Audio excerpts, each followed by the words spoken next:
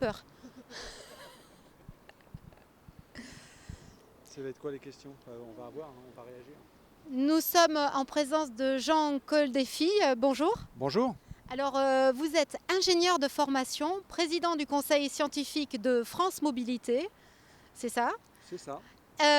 Vous avez beaucoup de fonctions et d'attributions et vous avez écrit notamment un livre, Changer de modèle, hein, au sujet des mobilités. C'est ça le titre? Quel est le titre exact? C'est mobilité changer de modèle, solution pour des déplacements bas carbone et équitables. Tout un programme, hein, surtout quand on parle de planification écologique, n'est-ce pas? Oui, c'est tout un programme. L'équation qu'on a à résoudre, c'est comment est-ce qu'on peut décarboner, puisque les mobilités, c'est le seul secteur dont les émissions ne baissent pas depuis 30 ans, en France et dans le monde. Mais il faut le faire dans la justice sociale, sinon ça ne sera pas acceptable. Et il faut le faire avec les moyens du bord, parce qu'on n'a pas des ressources infinies, notamment financières. Et donc la question, c'est pas est-ce qu'il faut planifier ou pas, c'est est-ce que la planification nous aidera ou pas à résoudre cette équation entre le carbone, l'équité et l'efficience. Alors, vous avez un regard un peu critique quand même sur la planification écologique. Pourtant, il faut quand même organiser les choses au plus haut niveau et avec un volet régional, non? Alors, regard critique, il faut reprendre un peu l'histoire sur ces affaires-là. En 2017, la ministre des Transports de l'époque, qui s'appelle Madame Borne, avait organisé les assises de mobilité et elle avait fait une démarche qui partait des territoires pour faire des diagnostics territoriaux et ensuite proposer des solutions. Là, on est dans une démarche top-down où on a des gens dans des bureaux à Paris qui vont vous expliquer ce qu'il faudrait faire. Donc je ne suis pas sûr que ce soit la bonne démarche parce que déjà, je pense qu'ils n'ont pas capitalisé sur ce qui a déjà été fait il y a 6 ans maintenant. Et c'est bien dommage parce qu'on perd du temps. Et ensuite, ça se passe essentiellement dans les territoires. C'est-à-dire que la mobilité du quotidien, ce n'est pas l'État qui s'en occupe, c'est essentiellement les territoires. C'est leur responsabilité. C'est la responsabilité des métropoles, des communautés d'agglos, des régions. C'est elles qui organisent des alternatives à la voiture. L'État peut jouer sur le réseau ferroviaire et sur les désincitatifs à l'usage de la voiture, par exemple son coût. Alors qu'est-ce qu'on peut dire?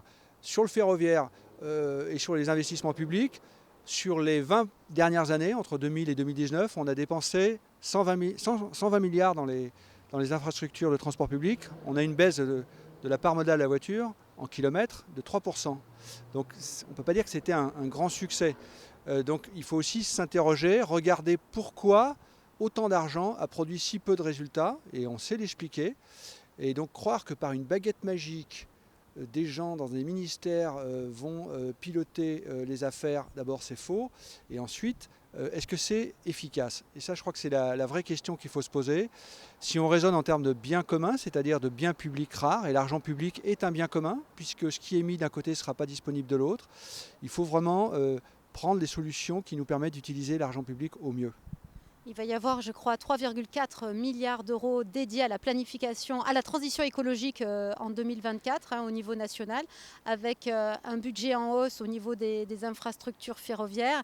Et si j'ai bien entendu le discours du secrétariat général à la planification écologique ce matin, il était question d'un cap et d'une ambition, c'est de réduire de 40 millions de tonnes de gaz à effet de serre d'ici à 2030.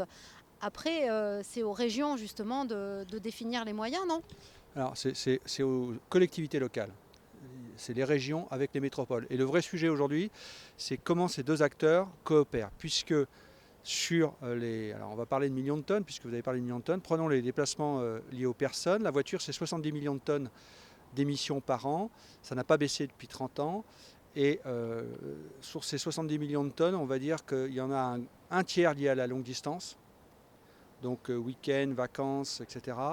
Un tiers lié au déplacement entre le périurbain et les agglomérations. On va dire que c'est les pendulaires, mais pas que. C'est les gens qui vont se soigner, c'est les gens qui vont se divertir en ville, etc. On en a un autre tiers, le troisième tiers, qui est composé de liens au sein du, enfin, de déplacements au sein du périurbain et puis entre les villes. Et donc là où il faut agir, c'est sur les liens entre le périurbain et les agglomérations. C'est vraiment là où il faut mettre le paquet. C'est pour ça qu'on parle de services express régionaux métropolitains, qui est une très bonne initiative. Ça ne comprend pas que le fer, ça comprend aussi la route. Pourquoi je dis ça? Parce que prenez une agglomération comme Marseille, aujourd'hui vous pouvez difficilement ajouter des trains de plus compte tenu de l'état de l'infrastructure. Donc on mettra 10 à 15 ans à résoudre les nœuds ferroviaires urbains.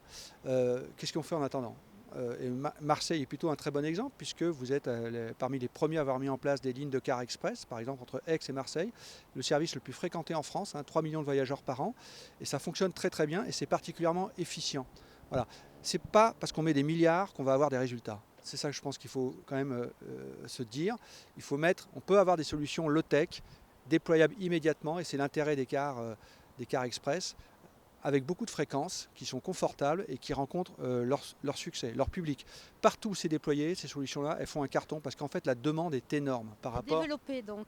Oui, à développer. La demande est beaucoup plus forte. On a un quart à un tiers des actifs qui travaillent dans les villes sans y habiter. C'est des centaines de milliers de voitures tous les jours et l'offre dans les TER, aujourd'hui, elle est 3-4 fois inférieure. Donc on ne va pas attendre que le système ferroviaire et la SNCF se remettent d'aplomb, ça prendra des plombes, excusez-moi.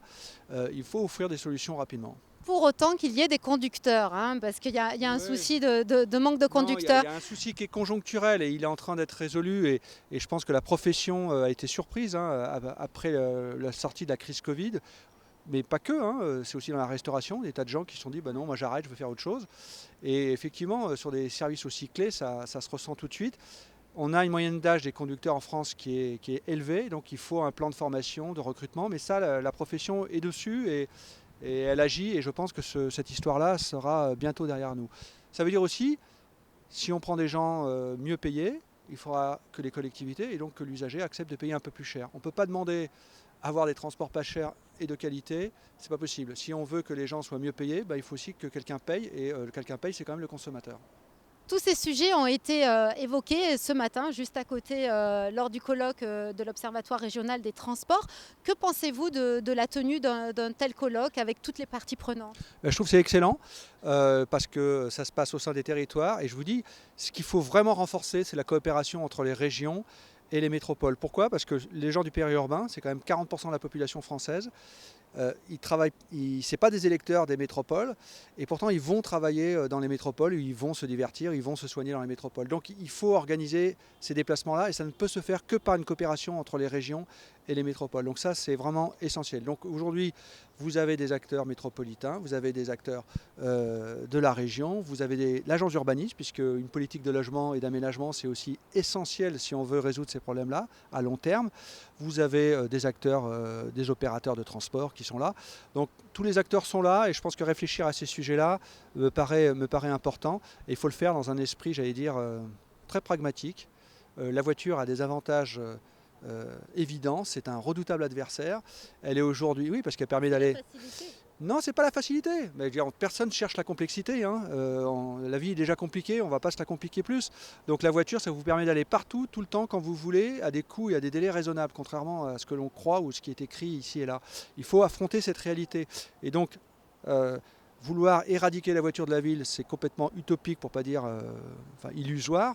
Par contre, la voiture, elle cause des difficultés parce qu'elle prend beaucoup de place et aujourd'hui parce qu'elle émet beaucoup. Donc demain, c'est plutôt dans 15 ou 20 ans, on aura beaucoup plus de voitures électriques, mais en attendant, il faut faire autrement. Voilà. Donc il va falloir faire du report modal, c'est-à-dire que passer de la voiture au transport public, là où c'est possible, c'est-à-dire là où il y a des flux importants.